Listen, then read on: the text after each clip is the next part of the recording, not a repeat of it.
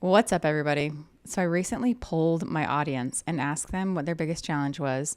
And the thing that I got back was so surprising to me. I guess what shouldn't be that surprising, but almost every single person used these exact words of feeling scattered and disorganized. Is that you too?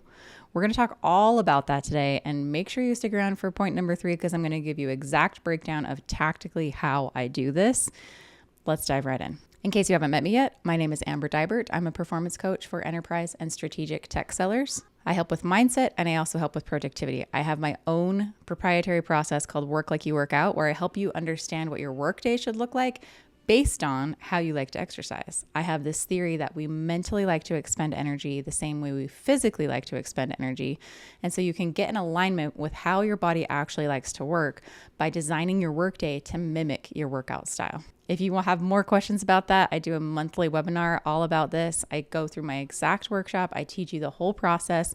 You can go find it at mentalmastery.com/free workshop. Okay, so let's dive into today's topic. If you are feeling disorganized and scattered, turns out you're in great company. I was so surprised at how many people responded to my survey and said they feel disorganized and scattered. I thought imposter syndrome would be number one. I thought not being able to get started would be number one.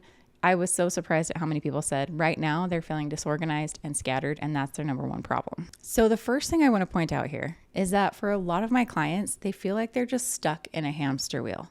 It's like you're busy all the time, but you don't feel like you're going anywhere. So at the end of the day, you're exhausted, but when you look and see if you made any progress to where you want to go, you don't feel like you made any progress. You're just kind of running in place.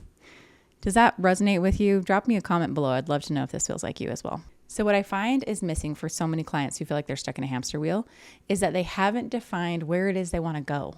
They kind of have a rough idea of like, I want to continue to progress. I want to close bigger deals. Maybe you want to close a mega deal. Maybe you want to hit $1 million commission. But if you don't have a clear destination of where you're trying to go, then it's really hard to see if you're progressing towards that and to know whether this activity is going to get you closer to your end goal or that activity. It's really difficult to define all of that. So the first recommendation I give is mapping out your 5 and 10-year plans. Now, if you're like me, you're like, oh, sounds great, but I don't know what I want in 5 years. I don't have some kind of magic crystal ball to know what I want in 5 years and where I want to be. So I have a process that I walk all of my clients through to map this out, and it's actually much easier than you think. I walk you through step by step this process in my digital course. You can find that at manageyourmindset.io. But to give you the short version of it, so the first thing you want to do when you're mapping out your 5 and 10 years plans that I find makes it so much easier is start with the end of your life. We're just going to hone in Dr. Covey, start with the end in mind. When you think about what you want to be remembered for, what you want people to say about you at your 80th birthday party, it really helps hone in on what you value most. When you do that, you can figure out your values very quickly. I just write down 3 to 5 things that I want to be remembered for.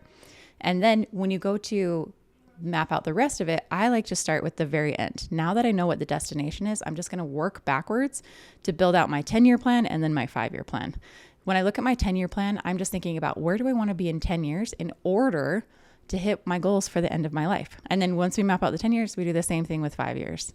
This will give you a really easy first rough draft. This doesn't have to be set in stone, but an easy first rough draft to think about where it is you want to go, what it is you want to accomplish, and what sounds like a really fun way to spend your time. So step number 1, in order to feel less disorganized and scattered, you need to know where you're going.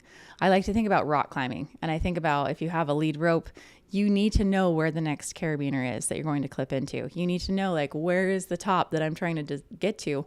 Otherwise, you might find yourself way over here on the rock when actually you're supposed to be going this way. So think about this exercise of helping you align with which direction you want to head first and foremost. Okay, so once you have these massive plans of like, where do you want to be at the end of your life? Where do you want to be 10 years from now? Where do you want to be 5 years from now?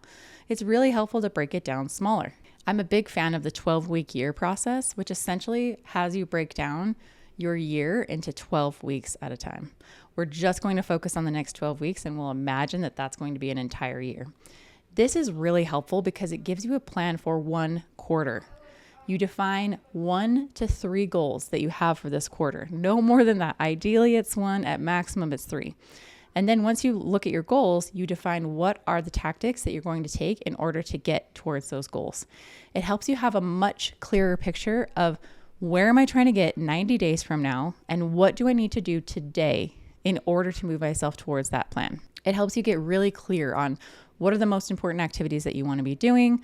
What are the activities that you don't want to be doing, that you don't want to spend time on, that's just extra fluff? And by doing this advanced thinking, you make a clear plan for yourself of exactly what you need to do today. I want to point out that too many people struggle because they try to mesh their planning time with their execution time. And those two things really should be separate. If you start planning and then you start executing and then you plan a little bit and then execute a little bit, you kind of do neither of them very well. And I'm a really big fan of separating out planning specific time.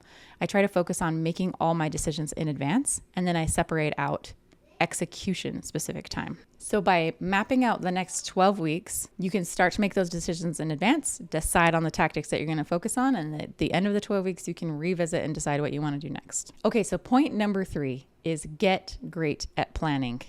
This is something that some people are already amazing at. They spend a lot of time planning. They're very structured, very organized, and the rest of us are not good at. If that's you, you're in such a good company and it's totally fine. The reason why you're not great at planning is because you haven't found your ideal structure for planning. Did you know that there's not one right way to plan? Maybe you are someone who just needs to check in once a quarter, sit down, decide what you're going to work on for the next 90 days, and that's all the planning that you need. Then it's just about execution from there. Maybe you're someone who needs to check in once a month and make a plan.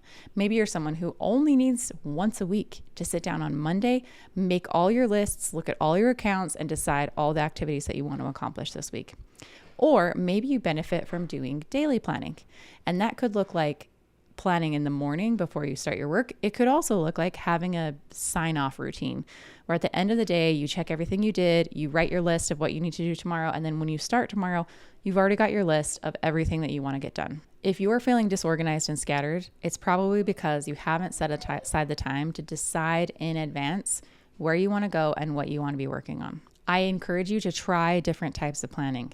Try the 12-week year, map out the next quarter and the tactics you're going to do to get there, and execute on that for a quarter. If that doesn't work and things are changing too quickly, try mapping out a month. If that doesn't work, try mapping out a week. If that doesn't work, try mapping out a day. You may not need as much planning as you think you need, or maybe your systems are failing because you don't have enough planning. But it's so custom to each person, and I encourage you to experiment with a lot of different styles until you find the one that resonates with you. I have some clients who swear by closing out their day. At the end of the day, they write their to-do list. It's already done. They're ready to go for the next morning. I have other clients that if they do that, then they're just thinking about their to-do list all night and not able to execute on it. So planning in the morning is much better for them. I have other clients who on Mondays, they're still kind of catching up from the weekend. They're not quite focused yet. And so they turn Monday into a list-making day.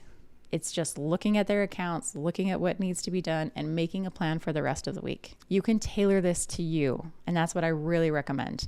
Figuring out what resonates with you. There's not one right answer. Figure out how you work best and what can be most supportive to you. Once you've got all these plans in place, you may need to prioritize your list. I've got another video all about that. It's the 5-minute tool to prioritize, so go check that out. But otherwise, this should help you get a much clearer picture of exactly what you need to not feel disorganized and scattered every single day. If you have any questions about this topic or any other topics, I would love to hear them. If you want me to dive deeper into any of these topics, just drop a comment below or come find me over on LinkedIn, just linkedin.com/in/Amber Deibert, and send me a message over there. Otherwise, I hope this was really helpful for you, and I can't wait to hear how it goes. Please let me know if you apply this and what you learned from it, and I'll see you next week.